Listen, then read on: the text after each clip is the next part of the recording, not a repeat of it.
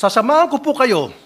Lantarang po nagkakaroon ng black sand mining dyan sa Zambales. Alam ko po yung mga site.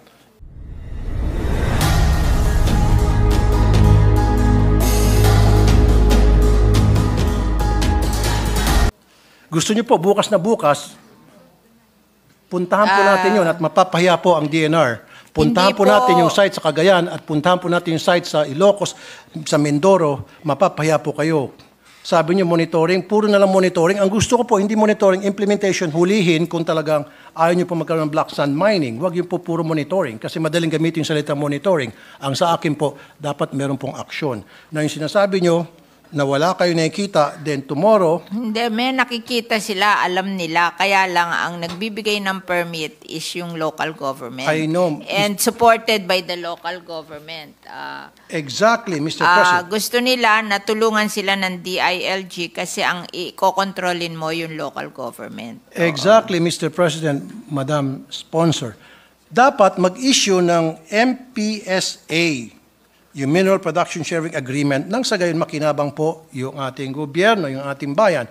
And then magpalabas ng Department Order ang DNR na kailangan may MPSA ang lahat na nagba-black sand mining, aka quarrying or dredging, at kapag halimbawa hindi po sumunod at patuloy pang ginagawa yon, so implementation-wise, pwede na pong gamitin dyan yung power ng ating DILG to the PNP para paghuhulihin sila.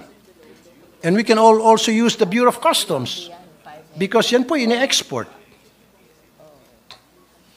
sa China. Sabi po ng DNR, yung local government, DILG daw, local government ang nag-i-issue ng permit dyan. According to the rules, 5 hectares and below, local government. Sila daw, wala pa silang nai-issue permit dyan. It's always the local government. Thank you, Madam Sponsor. Thank you, Mr. President. Then in that case, meron po dyan sa Zambales na more than 5 hectares, then bakit hindi nyo po puntahan yon? Ang point ko rito, kung talagang pro-environment ang ating DNR Secretary, mag-issue siya na Department Order, I challenge her, na saying there is now an order putting a stop to all black sand mining. Blah, blah, blah, blah, blah.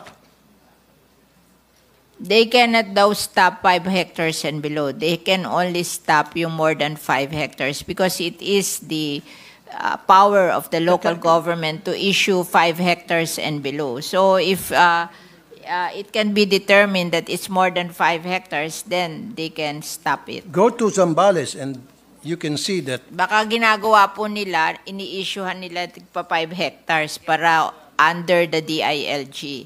Tapos hindi, iba-iba ang pangalan. Okay nga. Mr. President, Madam Sponsor, so alam niyo yung modus. So alam niyo pala yung modus, so bakit hindi niyo po buwagin yung modus na yan? Kayo po mismo nagsabi from your mouth na iniiba-iba yung portion, hinahati-hati. So they promised to work with DILG and DPWH to be able to enforce that. But for the meantime, Mr. President, Madam Sponsor, mag-issue ng Department Order ang DNR kung talagang pro-environment sila, stating na yung black sand mining is illegal from now on at wala na pong magba-black sand mining dito sa Pilipinas using the pretext na yun ay quarrying or dredging. At yung mga hindi sumunod ay huhulihin because right now, like I said for the second time, ini-export po ito sa China. Anay kinabang po yung China. Alam naman natin lahat yan. Exactly. Alam po natin yan, Madam Sponsor. But, so what are we going to do about it kung alam na natin so yan? They will issue daw a department order prohibiting black sand mining according to the law. Yes, and then, according to the law. Kung halimbawa magpalusot yung local government, then they have to coordinate with DILG and DPWH to stop that practice of the local government. Common knowledge naman po na talaga may gusto nito local government. Good. So, if I heard it right, sabi po ninyo, Madam Sponsor, Mr. President, so mag-issue na po Department Order ang DNR banning black sand mining in the Philippines. Okay. Did I hear it right? Yes. Okay, very good. I'll take your word for it.